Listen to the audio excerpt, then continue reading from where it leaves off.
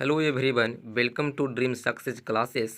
आज के इस क्लास में मैट्रिक बोर्ड परीक्षा 2024 में जो भी परीक्षाएं देने वाले हैं छात्र एवं छात्राएं, उनके लिए जो पहला चैप्टर है फिजिक्स प्रकाश का प्रवर्तन तथा वर्तन, विभिन्न ऑब्जेक्टिव प्रश्न लेकर आ गए हैं जो नए पैटर्न पर आधारित है। ठीक है, जो नया पैटर्न है उस पर आधारित है।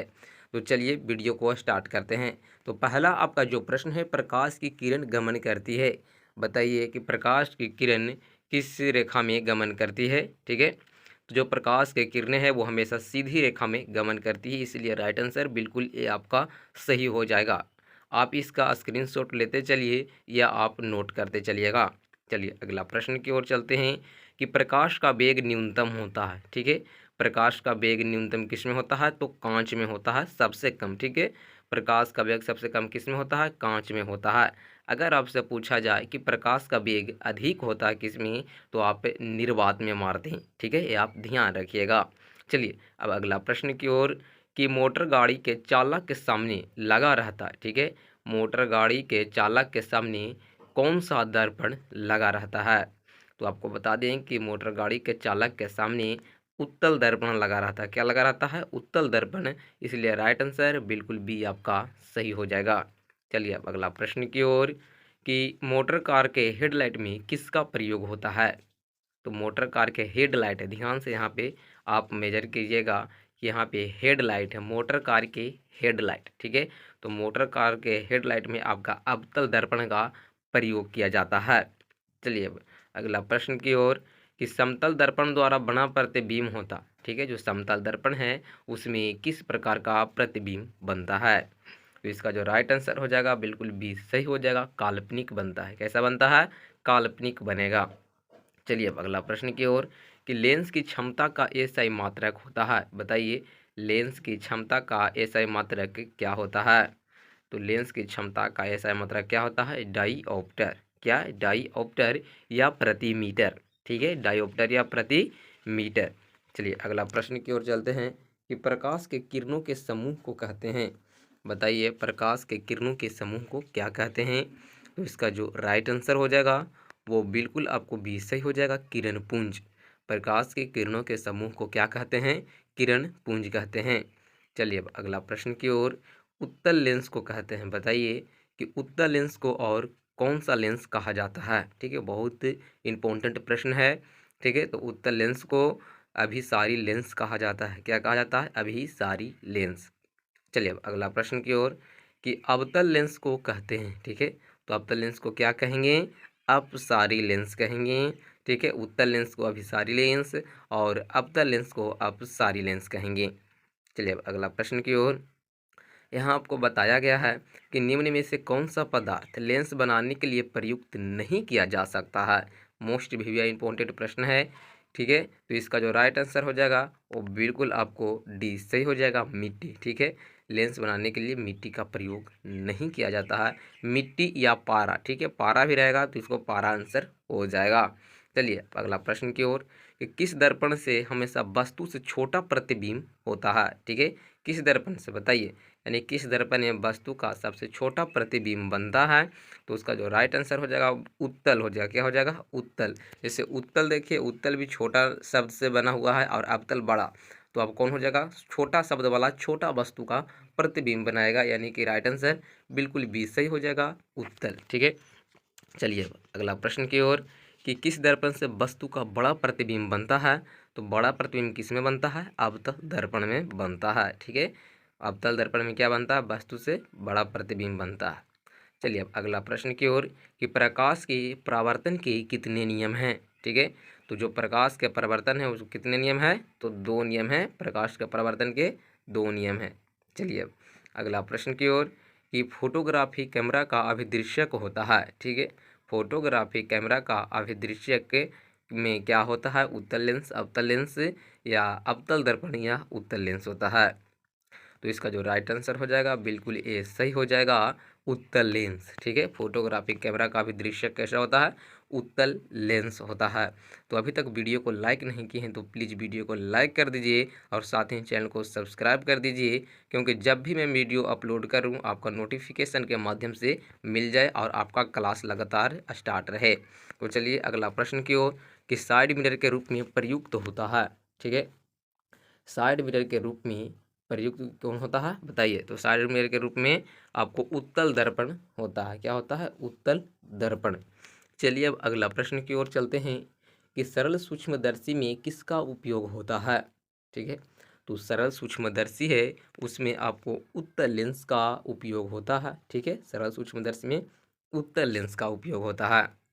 चलिए अगला प्रश्न की ओर कि परावर्तन के नियम से निर्धारित होता है। ठीक है, तो परावर्तन के नियम क्या कहता है कि आपतन कोण बराबर परावर्तन कोण। क्या कहता है? आपतन कोण बराबर परावर्तन कोण होते हैं, इसलिए राइट आंसर बिल्कुल आपको ए सही हो जाएगा।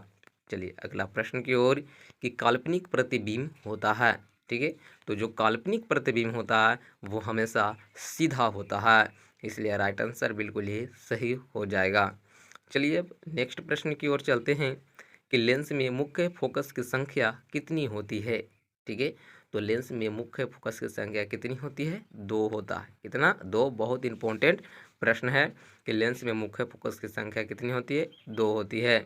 चलिए अब अगला प्रश्न की ओर चलते हैं कि सर्च लाइट का परावर्तक सतह होता है। ठीक है, सर्च लाइट का परावर्तक सतह क्या होता है? तो अवतल होता है। सर्च लाइट का परावर्तक सतह अवतल होता है। तो चलिए अगला प्रश्न है कि दाढ़ी बनाने में कौन सा दर्पण प्रयुक्त होता है। ठीक है, तो इसका जो राइट आंसर हो जाएगा वो बिल्कुल आपको 20 सही हो जाएगा, अवतल दर्पण। या आपको पूछ सकता है कि हजामती बनाने में कौन सा दर्पण प्रयुक्त होता है, तो आपका राइट आंसर क्या हो जाएगा? अवतल दर्पण।